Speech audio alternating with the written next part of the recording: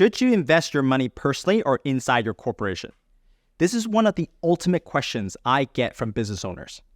Let's dive into the key differences between investing personally versus corporately and how you can make the most strategic investments. Hi, I'm Jackie. I help make Canadian business owners' goals a reality with innovative financial advice. When you invest personally, you have two main options: registered and non-registered accounts. Registered accounts offer some sort of tax benefits, which differs based on the type of account. So your RSP and TFSA, RESP and RDSP, and the new first home tax savings accounts are all considered registered accounts. Your TFSA is a tax-free investment account, but with contribution limits. If you have an RESP, the investment allows you to save for children's education at a tax-deferred basis. Government has grants to help increase that investment, and you can split income taxes to your children because they will likely be in a lower tax bracket and the withdrawals will be taxed on them instead of yourself. The FHSA, on the other hand, allows you to speed up your down payment savings for your first home. The whole account is considered tax-free when you use it to purchase your first principal residence because the contributions are tax-deductible and the withdrawals are tax-free. The second option is a non-registered account. It's simply an investment account that is taxable. If you earn any money within a non-registered account, the returns will be taxed as interest, dividends, or capital gains, and you'll have to file that as part of your personal income taxes. The biggest advantage of investing personally will be the ability to receive tax treatments on gains inside the registered accounts. It can be a powerful savings and planning tool if you're using them for the right purpose. When you invest inside your corporation, you only have the option of a non-registered account. In other words, all investments are taxable inside a corporation. So when should you invest with your RSP and TFSA versus leaving it inside the corporation to invest? Well, it depends on your goals and your overall income. If you're clear on the fact that the investment is for a personal asset or goal, then investing it personally with one of the registered tools would be a great option. However, as a business owner, you have the option to leave the money to invest inside your corporation instead, which can often be a more fitting strategy than investing personally. We generally encourage our clients to keep their money inside the corporation to invest, because if you invest it personally, you'll have to declare the initial investment as part of your income that year, and so you'll have to pay 30 to 40% taxes to CRA first before you can invest. A classic example is with the TFSA. Each year, we are allocated a new $6,500 limit. Assuming your personal income tax rate is 40%, and you take out that $6,500 additional income out of the corporation to invest inside your TFSA, you would actually need to pull out $10,833 and pay CRA $4,333 of personal income taxes first at the end of the year in order to invest the $6,500 in your TFSA. So why not skip all of that and just invest $10,833 inside your corporation instead?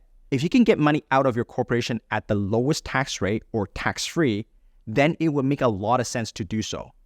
But chances are you'll never pay less than 25% taxes to get money out of your corporation. So if your personal income needs are low and you can take more income in your personal name without increasing the tax rates to 30 or 40%, then you can take money out and invest it personally. Or if you have a shareholder's balance or CDA credits where you can take out money tax-free, then you should be doing that right away and invest it in your TFSA. RSP can also be confusing for business owners. RSP doesn't have the same issue as TFSA. When you take money out of the corporation to invest in your RSP, you're netting zero taxes due to the tax deduction benefits from contributing to your RSP. However, using RSP as an investment account for retirement tool isn't the smartest option for business owners, and that's because of two primary reasons. Number one, you're limited to your investment options. With an RSP, you can only invest in the markets with mutual funds, ETFs, and some individual stocks. A lot of foreign investments may not be eligible with RSP accounts. Whereas investing inside your corporation allows you to invest in anything. You can buy real estate for rental income or other businesses. There's just so much more freedom with your money. Secondly, the income taxes upon withdrawal. With an RSP, the withdrawal is 100% taxed as income. One common myth is that you can only take out after you retire, and that's technically not true.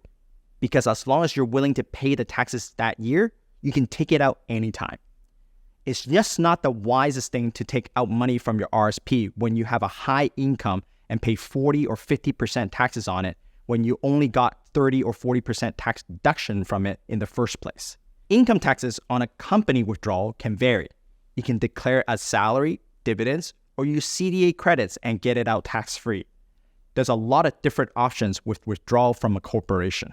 Finally, when it comes to your estate, your RSPs will eventually be taxed at 50% on whatever is remaining upon your death, versus with proper planning, corporate assets will be taxed at much lower tax rates or even tax-free. Although RSP investments provide tax-deferred growth, when you factor the net taxes in your pockets, it is wiser to invest your retirement inside your corporation instead of your RSP because of the greater flexibility and earning potentials, and you can plan around the taxation on withdrawal. Here are some considerations if you're investing inside your corporation. Since everything is taxed, you need to ensure that your investment produces capital gains because capital gains have best tax treatments. Especially inside the corporation structure, you'll generate CDA credits as well. CDA credits allows you to withdraw 50% of your capital gains out of the corporation completely tax-free. If you want to learn more about how CDA credits work, click the I in the top right-hand corner of this video. Capital gain investments are primarily stocks, real estate sales proceeds, not rental income, and other businesses. Capital gains producing investments are typically higher risk. You don't want to take on too much risk by putting all your eggs in one basket, like only investing in stocks, so you can earn capital gains. A smart investor would diversify their portfolio with bonds and dividends. Yes, they are taxed at higher rates and you don't get CDA credits. But there is a product called corporate class mutual funds that converts interest and dividends returns to capital gains, even though it might be from bonds or dividends. They do this in their backend with complex tax and accounting strategies. You'll be giving a capital gain tax slip instead of interest or dividend one when you invest with a corporate class mutual fund, allowing you to use your CDA credits. When you're deciding to invest your money, ask yourself a few questions. Number one, is there a specific goal that I'm trying to save for, like a down payment for my first home, or my children's education, or a personal vacation property?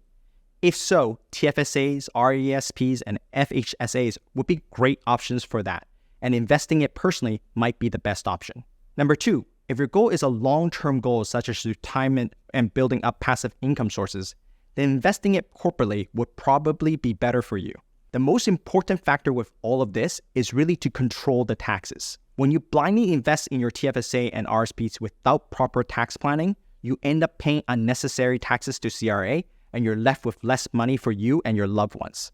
With our Blueprint financial planning process, we take our time to discuss your goals first and craft investment strategies to get you to your goals faster. Are you ready to achieve your goals with a customized financial plan?